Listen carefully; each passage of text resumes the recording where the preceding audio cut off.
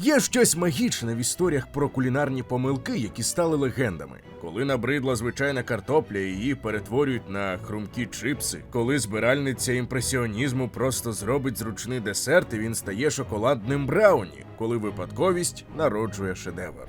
Саме такою здається історія тарта татена, французького перевернутого яблучного пирога, який сьогодні подають у найліпших ресторанах світу.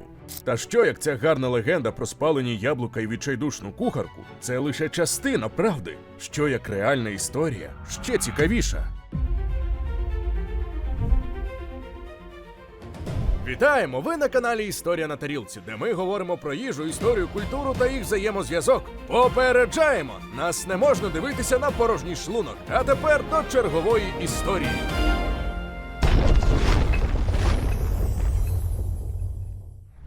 Наша історія починається у крихітному містечку Ла-Мот-Бюрон, розташованому в регіоні Солонь за 169 кілометрів на південь від Парижа. Це було тихе провінційне місце, відоме хіба що полюванням. Дворянство і багаті парижани приїжджали сюди відстрілювати дичину в густих солонських лісах.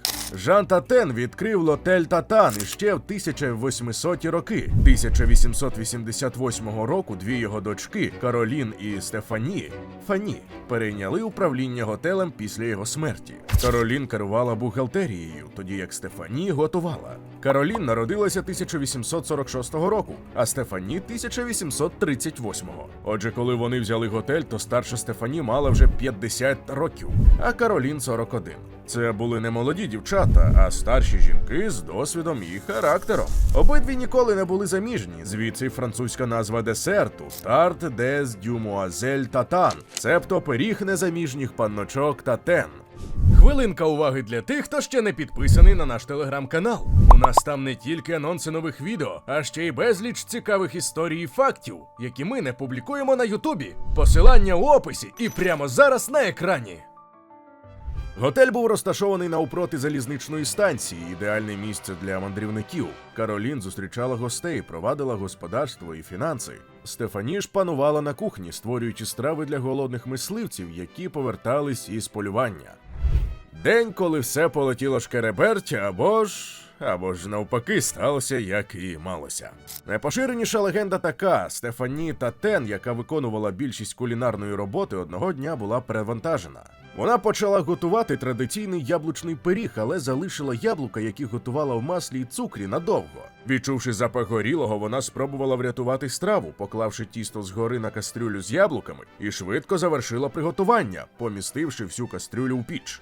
Уявіть собі сцену. Сезон полювання в розпалі. Готель запханий під зав'язку голодними мисливцями. Стефані мечеться між плитою і духовкою, намагаючись встигнути нагодувати всіх. На плиті у мідній пательні киплять яблука в маслі і цукрі. Основа для традиційного яблучного пирога. Проте щось відволікає її увагу. Можливо, Каролін покликала з зали, а може хтось із гостей мав особливе прохання. Коли Стефані повертається до плити, то запах уже змінився. Яблука не горять, але карамелізуються. Темніють, стають майже коричневими.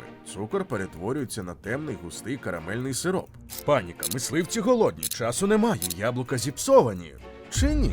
У відчайдушному пориві Стефані робить щось неймовірне. Вона бере підготоване тісто, накриває ним пательню з яблуками згори і засовує все в гарячу піч. Тісто на горі, яблука внизу. Пиріг перевернутий догори дригом, разом із усіма правилами випікання пирогів. Після випікання і перевертання пирога Стефані була здивована тим, як же гостям готелю сподобався десерт. Тісто знизу вдалося хрустким, просоченим карамельним соком. Мисливці були в захваті. Вони ніколи не куштували нічого схожого. Традиційні яблучні пироги були солодкими і приємними, але це було щось геть інакше. Інтенсивність смаку, контраст між карамеллю і свіжістю яблук, хрусткість тіста – все склалося в досконалу гармонію. От тільки є одна проблема з цією гарною історією. Вона може бути неправдивою, чи принаймні не всією правдою. Найкраща підказка – це найперший записаний рецепт тарта татена, який записала Марі Сушон, близька подруга сестер. Використовуйте мідну форму, без якої неможливо приготувати цього чудового тарта. Вам також знадобиться вугільна піч, добре закладена вугіллям. Покладіть свою мідну форму, зачиніть її і покладіть вугілля на кришку форми, оскільки вам знадобиться рівномірний нагрів згори і знизу для успіху. Це не схоже на рецепт, написаний після випадкової помилки. Це детальна методична інструкція. Інтригуюча деталь походить від примітки наприкінці рецепту Марі Сушон. Цей рецепт винайшов кухар графа де Шатовіля, який передав його Фанні Татен.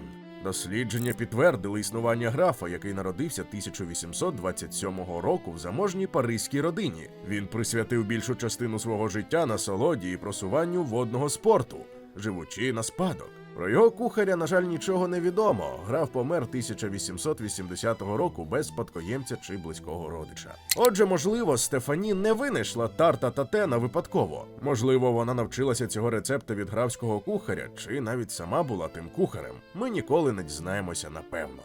Є інша теорія. Більшість свідчень про історію страви вказує, а дослідники і науковці погоджуються, що перевернуті фруктові тарти були давнім спеціалітетом регіону Солонь задовго до того, як тарт Татен став відомим. Тобто, можливо, сестри Татен не винайшли чогось абсолютно нового, а просто довели до досконалості традиційну регіональну страву тарт солоньйот. І саме вони зробили її такою смачною, що про неї заговорив увесь Париж. Сестри Татен, Каролін і Стефані вже підняли репутацію свого ресторану, який був згаданий у першому виданні путівника Мішлен як один із найкращих ресторанів в Солоні. Слава про їхній незвичайний пиріг стала поширюватись. І тут починається одна з найгарніших і найнеправдивіших легенд французької кулінарії. Одна з легенд розповідає, що Луї Водабель, власник Максімз, одного разу скуштував його і був зачарований. Ось як він начебто це описав. «Я полював навколо Ла Мот Бюрон у своїй молодості і виявив у дуже маленькому готелі, яким керували літні пані, чудовий десерт, зазначений у меню як тарт солоньйот. Я розпитував кухонний персонал про його рецепт, але мені відмовили. Незважаючи на це, я влаштувався на роботу садівником, але за 3 дні мене звільнили, коли стало ясно, що я навряд чи міг посадити капусту. Однак цього було достатньо, щоб проникнути в секрети кухні. Я приніс рецепт назад і помістив його до свого меню під назвою «Тарт де Думуазель Татан». Яка романтична історія. Паризький ресторатор, зачарований провінційним пирогом, маскується під садівника, щоб викрасти секретний рецепт. Це як шпигунський фільм, тільки з яблуками.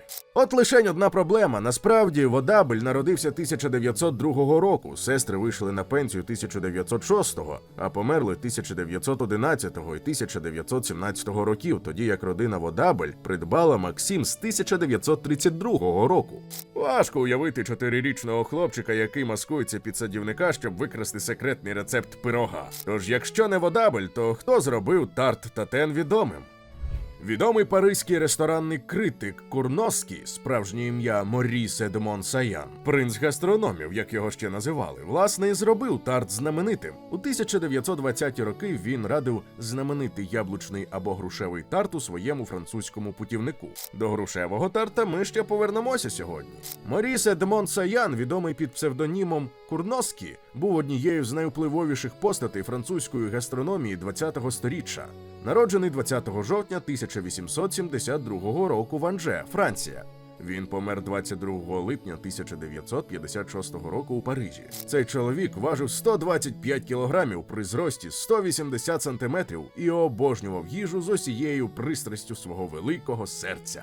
Курноскі був піонером того, що ми сьогодні називаємо гастротуризм. Від 1921 до 1930 року він подорожував Францією, відвідуючи провінційні ресторани, куштуючи регіональні страви, розмовляючи з кухарями.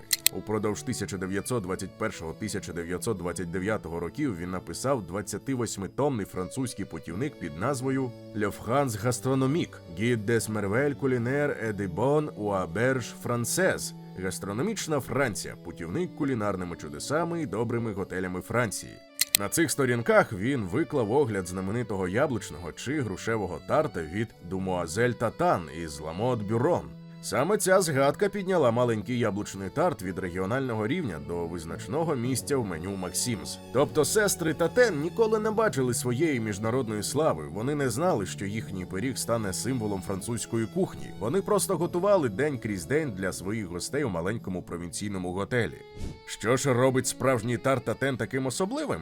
Рецепт починається так. Візьміть добрий шматок масла і енергійно вимішайте його. Розподіліть його по дну своєї мідної форми і щедро вкрийте шаром цукру.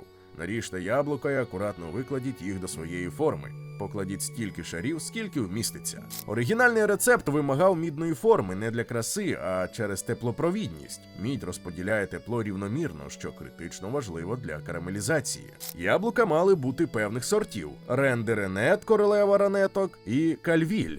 Це тверді кисловаті яблука, які тримають форму під час довгого приготування і балансують солодкість карамелі своєю кислинкою. Тісто має бути тонким, майже прозорим, десь із 1 мм. Воно накриває яблука мов ковдра, герметично запечатуючи їх під час випікання в духовці. Але і є інший рецепт – грушевого тарта. І саме його приготувала наша подруга Тетяна Ярова, з якою ви знайомі завдяки відео з тортом «Захар». А тому радимо переглянути її відеорецепт чудового грушевого тарта на її каналі. Посилання додамо до опису. Сьогодні готель Татан досі стоїть у Ламот-Бюрон. Готель-ресторан Татан досі існує і тепер ним керує родина Кає від 1968 року. Вони продовжують до сьогодні подавати тарт Татен. Готель ретельно відновили, зберігши дух 19 сторіччя. У ресторані подають не лише класичний яблучний тарт, а й десятки варіацій. Із персиками, сливами, грушами, айвою. Є й навіть солоні версії з цибулею, пореєм, помідорами, навіть з кров'яною ковбасою. Але класичний рецепт залишається незмінним. Туристи з усього світу приїжджають до крихітного Ламот-Бюрон, щоб скуштувати той самий тарт Татен, який колись їли мисливці після важкого дня в лісах Солоні. Максимс у Парижі, звичайно, теж подає тарт Татен, і хоча історія про водабля садівника – вигадка, десерт і справді з'явився там у меню десь наприкінці 1930-х і залишається одним із найвідоміших французьких десертів на світі.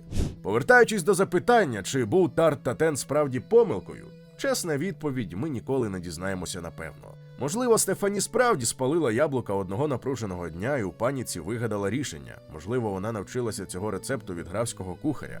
Можливо, вона просто вдосконалила традиційну солонську тарт-солоньйот до такого рівня, що та стала чимось кардинально новим. Але знаєте що?